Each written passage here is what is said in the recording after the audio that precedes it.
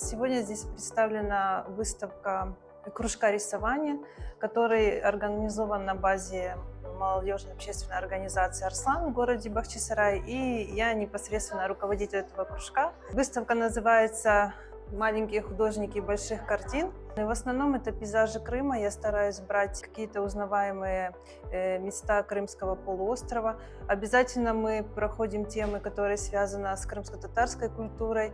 Всегда делаю акцент на непосредственно традиционной крымско-татарской архитектуре. Дети, конечно же, да, очень талантливые, и с каждым годом мастерство их растет. Я недавно пришла на рисование, и мне очень нравится теперь ходить.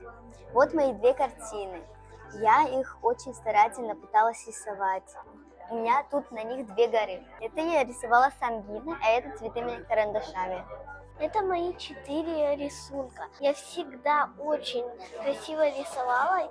И хорошо, что рядом с моим домом был такой прекрасный уголок, где можно все показать, где можно научиться. Это мои работы. Я их рисовала с Юлией Олеговной, она нам всегда помогает. Я очень люблю ходить на рисование и никогда не пропускаю.